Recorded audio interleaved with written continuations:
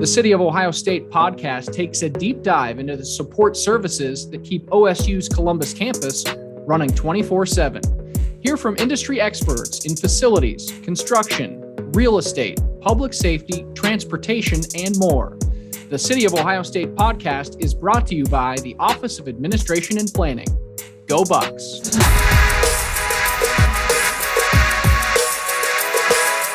Hello and welcome to the City of Ohio State podcast. I'm your host, Dan Hedman. Last month, we took a look at campus transportation. For episode 7, we'll investigate the topic of deferred maintenance, what it is, and what Ohio State is doing to address it. Our guest is Brett Garrett. He's the Senior Director of Engineering and Infrastructure at the university. Brett, thanks for being with us. Thanks for having me, Dan.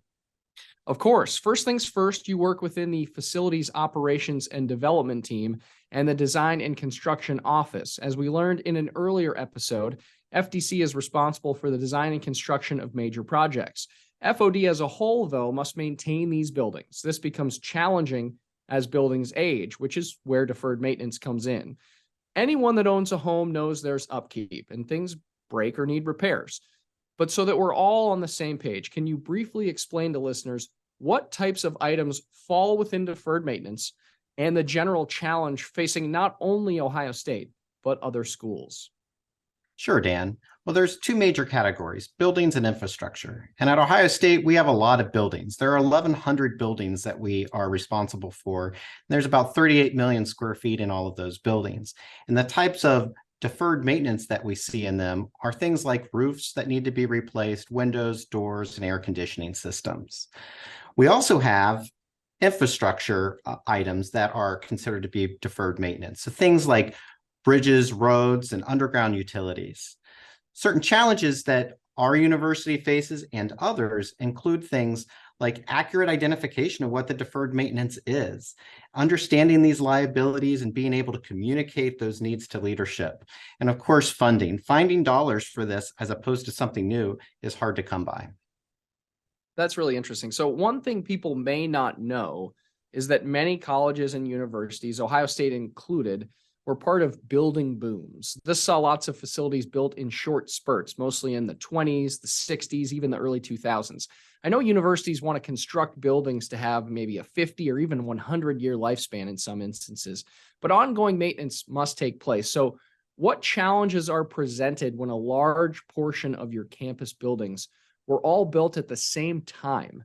And that means they're reaching those key milestones for repairs all at once. Sure, Dan. Really, the largest challenge is volume. And I was told once that a little bit of a little is a little, but a little bit of a lot is really a lot.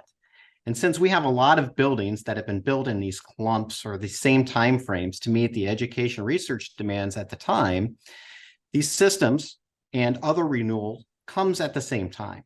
So this volume really becomes clearer when we start thinking about funding and how we deliver those projects at the same time, and then dealing with the disruption to the occupants themselves. So all of these things considered at one time really create a big challenge. Nice. I like that saying. I might have to use that. But a few options exist in these situations, I'd imagine, right? So make the repairs, determine how buildings may or may not be worth repairing, right? Like, are we going to keep this building and fix it, or are we going to knock it down? So we've seen recently buildings like Watts Hall begin demolition to make way for new builds. What factors impact these decisions and push you in one direction or the other? Well, sure. I mean, we think about the amount of deferred maintenance that's considered in a building. And when we look at Buckeye Village, where we've been working on demolishing sections of the village for some time, we had approximately about $20 million of deferred maintenance liability. Demolition is going to cost us a little more than $3 million. So that's a pretty high return. A $3 million investment, $20 million of deferred maintenance liability goes away. But that can't be the only thing. We can't just think about the return on the investment. We need to think about the future plans of campus. What do the framework plans and master plans say, and give us guidance toward where, what buildings need to be demolished?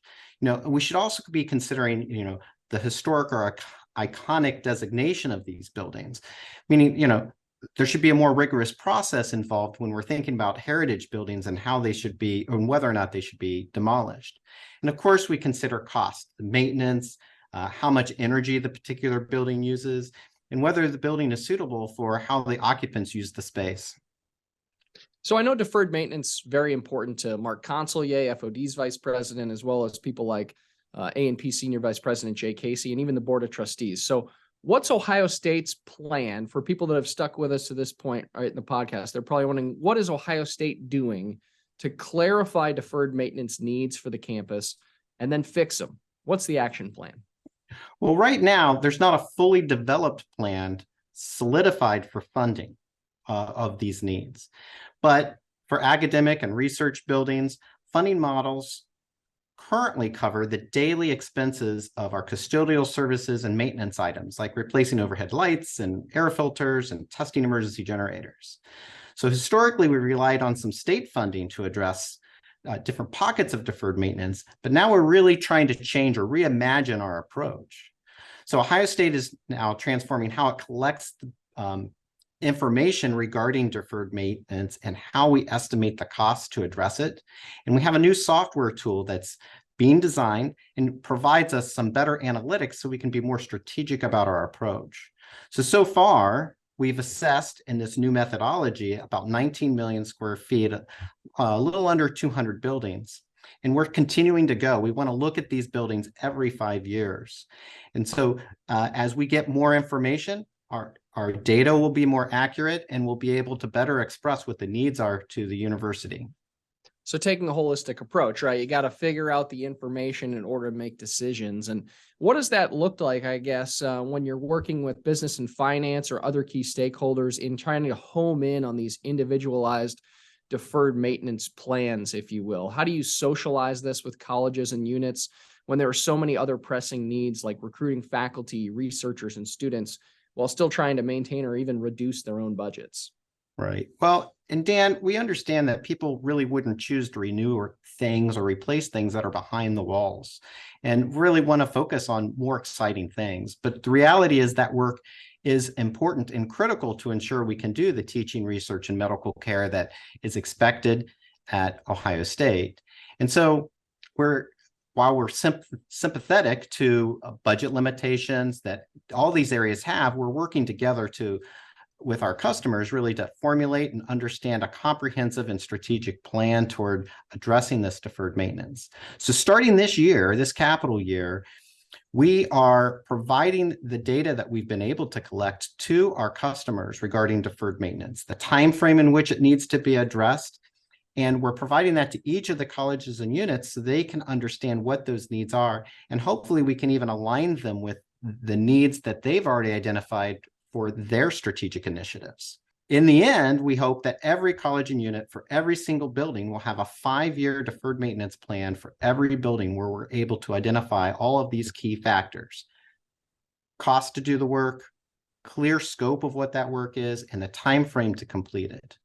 So hopefully we'll be able to get that pulled together here over the next couple of years and really change the approach on how we think about deferred maintenance and how it gets funded.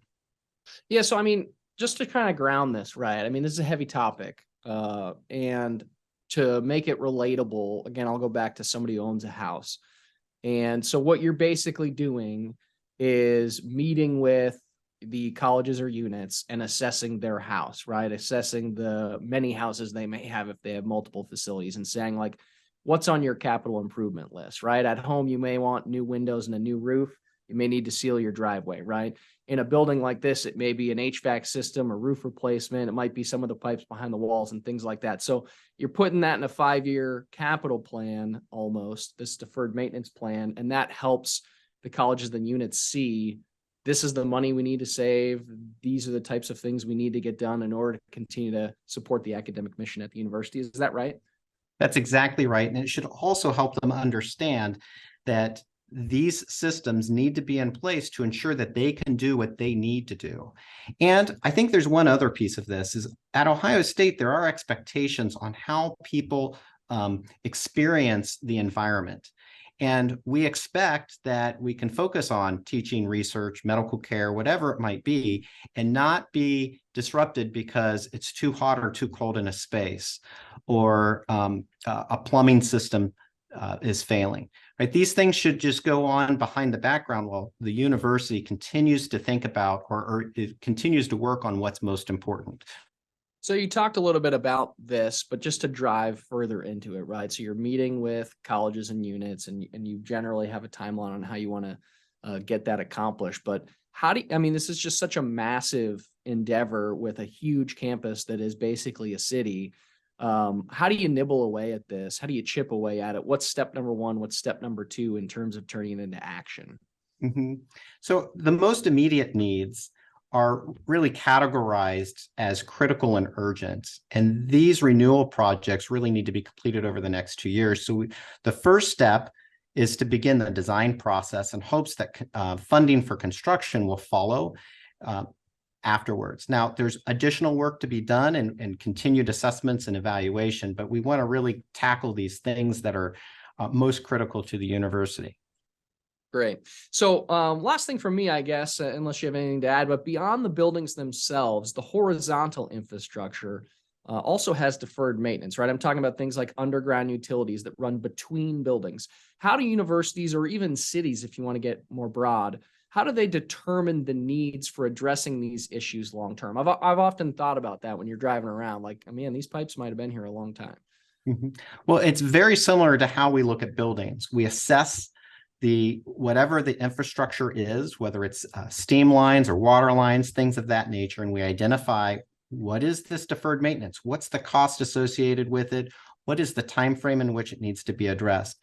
That information is pulled together. We need to communicate with leadership to identify what the funding is, and that continues to go on and on. Well, we appreciate you taking the time to chat with us today. Hopefully everybody learned a little bit about deferred maintenance and what Ohio State is doing to address it here on the Columbus campus. Thanks, Brett. Thanks, Dan. It's been a pleasure speaking with you.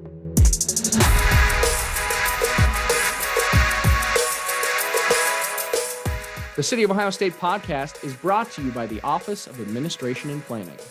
On our next episode, we'll look at how Ohio State prepares for and manages winter weather on campus. Until next time, be kind and go Bucks.